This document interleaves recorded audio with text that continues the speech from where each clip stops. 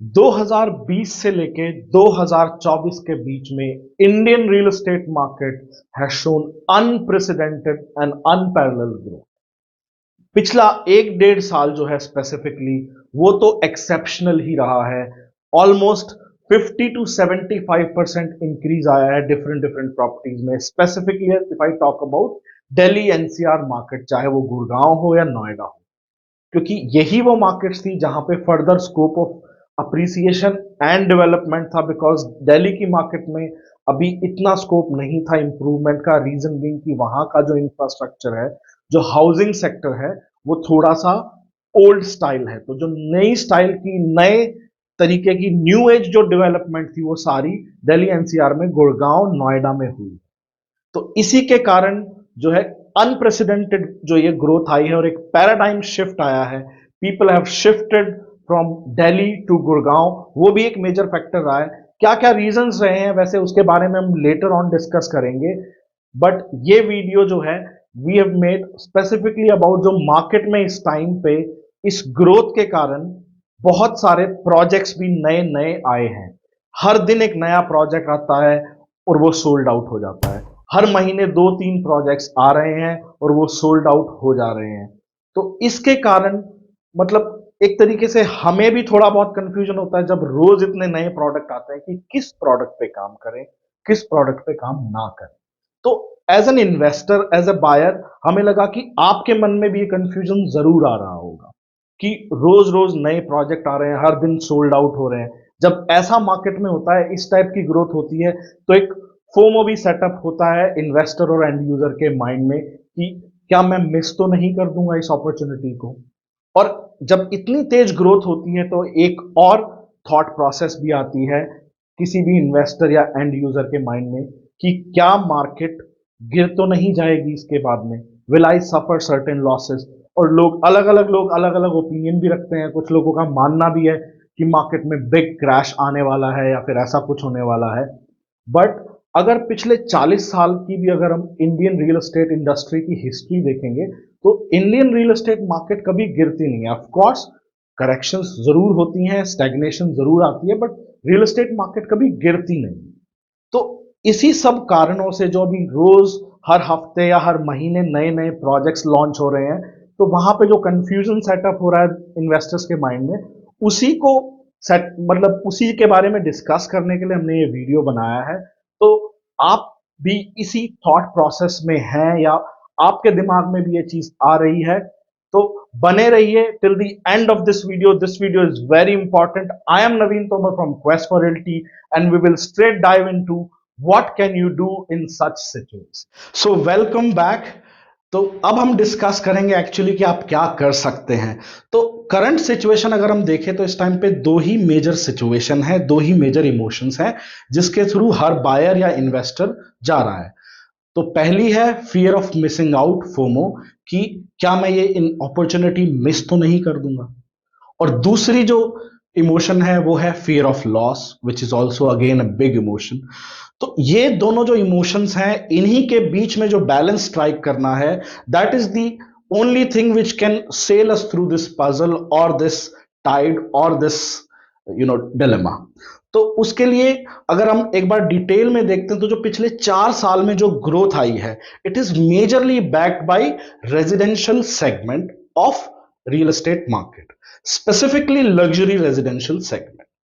तो आप क्या कर सकते हैं सिचुएशन में? अब तो सबसे पहली चीज तो ये है कि अभी मतलब विदाउट बीइंग पॉलिटिकल, सबको ये आइडिया है कि नेक्स्ट गवर्नमेंट क्या आने वाली है, and we have got a stable government for next 5 years for sure. तो उसके हिसाब से मुझे ऐसा लगता है जो ये बुल रन चल रहा है, this is definitely going to stay for next 1.5 to 2 years, 18 months जरूर रहेगा।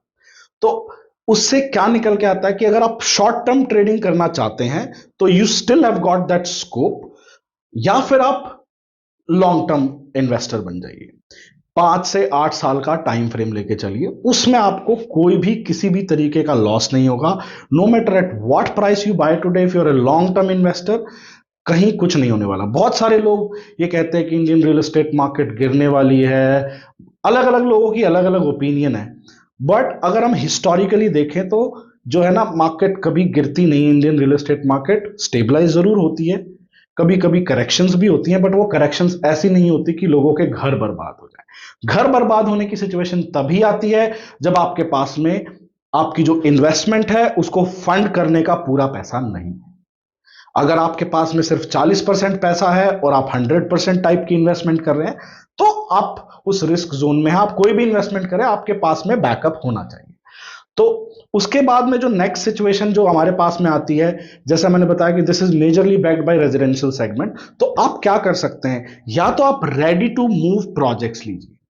तो मार्केट कहीं की कहीं जाए, कुछ भी हो, आपकी रेंटल यील्ड थोड़ी कम थोड़ी ज्यादा यही फर्क रहेगा, इसके अलावा और कोई मेजर डिफरेंस नहीं आने वाला। So you will not face any kind of trouble और any big losses in that case, अगर मार्केट डाउन भी होती है फॉर दैट मैटर। बट मैं ये कहूंगा कि सिर्फ स्टेगनेंट हो सकती है।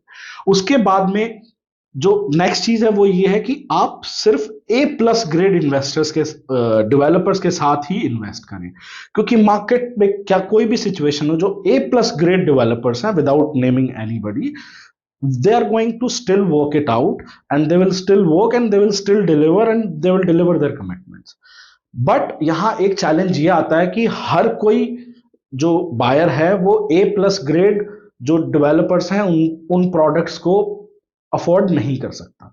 तो ऐसी सिचुएशन में आप फिर जो अंडर कंस्ट्रक्शन प्रोजेक्ट्स अभी आ रहे हैं, तो आप ए ग्रेड डेवलपर्स के साथ में भी जा सकते हैं। आप उसके लिए थोड़ी रिसर्च आपको जरूर करनी पड़ेगी, आप रिसर्च करिए, या फिर आप किसी एक्सपर्ट की हेल्प लीजिए, अपने फ्रेंड्स फैमिली, या फिर आप हमें भी कॉल कर सकते हैं।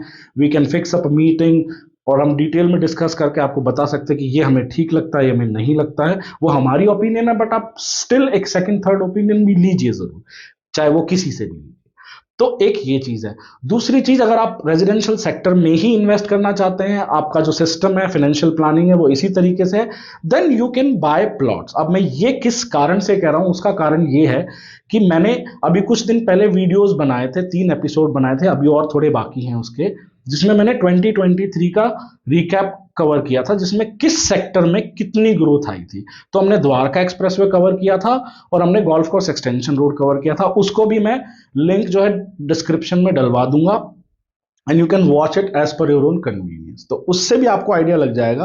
तो वो रिसर्च करते करते मुझे पता लगा कि पिछले 1 साल में जो है प्लॉट्स में बहुत ज्यादा ग्रोथ नहीं आई है, और उसके पीछे कारण ये था कि अभी तक स्टिल्ट प्लस 4 फ्लोर्स की जो पॉलिसी है उस पर कोई क्लैरिटी नहीं आई है। लेकिन मुझे ये जरूर पता है कि आज नहीं तो कल वो स्टिल्ट प्लस 4 फ्लोर्स की पॉलिसी क्लियर जरूर होगी, आएगी जरूर। अब उसमें क्या इफ्स बट्स होंगे वो एक सेकेंडरी चीज है, विदाउट गेटिंग इनटू दैट। तो जैसे ही वो आएगी, इसके अंदर एकदम से जंप आएगा प्लॉट प्राइसिंग में, तो आप प्लॉट्स में इन्वेस्ट कर सकते हैं। This is the right time to invest in plots. उसके बाद में आता है एक पैरेलल स्ट्रैटेजी, उसके बारे में हम शॉर्टली में डिस्कस करते हैं। सो जो नेक्स्ट पैरेलल स्ट्रैटेजी है to invest in properties and to sell through this dilemma where you are standing right now, तो उसकी जो नेक्स्ट पैरेलल स्ट्रेटजी है, यहां पे मैं आपको कहूंगा कि you should invest in commercial property. But ये एप्लीकेबल है उन लोगों के लिए जिन्होंने पहले अपना घर खरीद लिया है and they are looking for a second investment, क्योंकि मोस्टली लोग पहले घर खरीदते हैं, उसके बाद में जो है सेकंड प्रॉपर्टी में इन्वेस्ट करते हैं, चाहे वो कमर्शियल हो रेजिडेंशियल हो। हालांकि एक बहुत पुरानी कहावत है, पहले दुकान फिर मकान, क्योंकि एक दुकान से 2 मकान बनाए जा सकते, लेकिन 2 मकान से एक दुकान नहीं बनाई जा सकती। But that is different. Buying a house is an emotional decision. तो ठीक है, अगर आपने घर खरीद लिया है और आप सेकंड टाइम इन्वेस्ट करना चाहते हैं, तो I would suggest that you invest in commercial properties. और इस करंट प्रॉब्लम जिसके बारे में हम बात कर रहे हैं, उसका सोल्यूशन भी ये एक है, एक पैरेलल स्ट्रैटेजी है जो बहुत काम की है। क्योंकि अगर आप हिस्टोरिकली देखोगे, जब भी रेजिडेंशियल मार्केट स्टेगनेंट हुई है या रेजिडेंशियल मार्केट डाउन हुई है फॉर दैट मैटर, अगर होती है तो उस टाइम पे हिस्टोरिकल अगर आप डेटा देखोगे, रिकॉर्ड देखोगे, तो आप पाओगे कि उस टाइम पे कमर्शियल मार्केट हमेशा अप जाती है, ग्रोथ लेती है।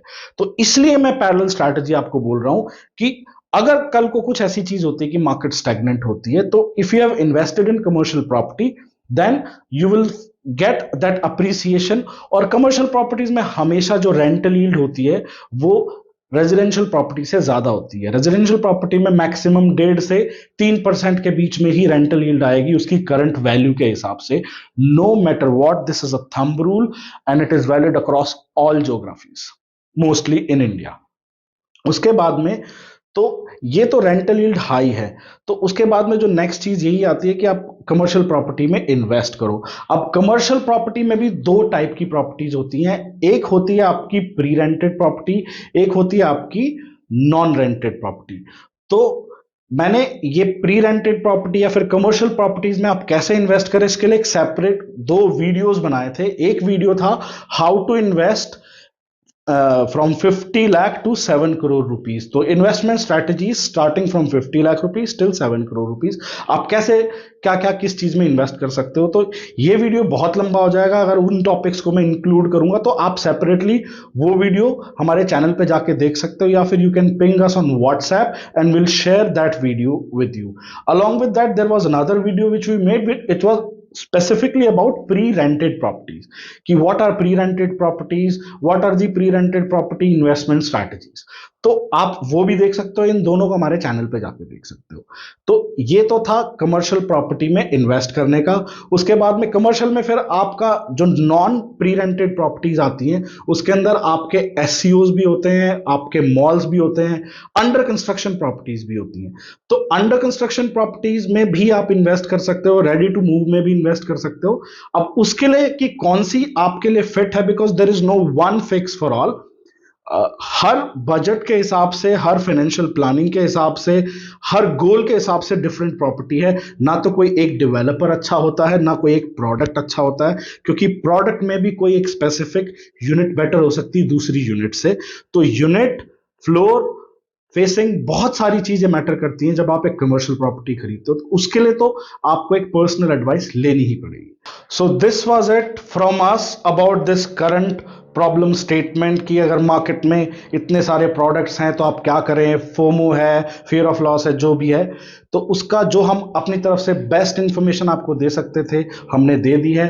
अब अंत में आपसे एक ही सिंपल रिक्वेस्ट है कि अगर आपको हमारा कंटेंट अच्छा लगा, यूजफुल लगा, तो आप सब्सक्राइब जरूर करिए हमारे चैनल को और बेल बटन को प्रेस कीजिए ताकि हम अपना लेटेस्ट कंटेंट जब भी अपलोड करें आपके पास सबसे पहले आए। और कमेंट सेक्शन में कमेंट करके जरूर बताइएगा कि आपको हमारा कंटेंट कैसा लगा। अच्छा बुरा आपका हर फीडबैक हमारे लिए इंपॉर्टेंट है, because whatever we have achieved till now it is only because that we consistently went through the comment section and your feedback कि हम आप क्या इंप्रूवमेंट हमारे कंटेंट में चाहते हैं। और उसके अलावा हमने एक व्हाट्सएप ग्रुप भी बनाया हुआ है, सॉरी एक व्हाट्सएप चैनल बनाया है। तो उस व्हाट्सएप चैनल को भी आप सब्सक्राइब कर सकते हैं, उसका लिंक भी मैं डिस्क्रिप्शन में डाल दूंगा। उस व्हाट्सएप चैनल में जो भी लेटेस्ट अपडेट होती है about Indian real estate market, Gurgaon real estate market, वो मैं उसके अंदर डालता रहता हूं and I personally look into that. तो जो भी कंटेंट मैं भी पढ़ता हूं अपडेट रहने के लिए रियल एस्टेट के लिए, वो भी उसके अंदर मैं पोस्ट करता रहता हूं। तो please do subscribe to our WhatsApp channel as well. 10 दानिया, थैंक यू।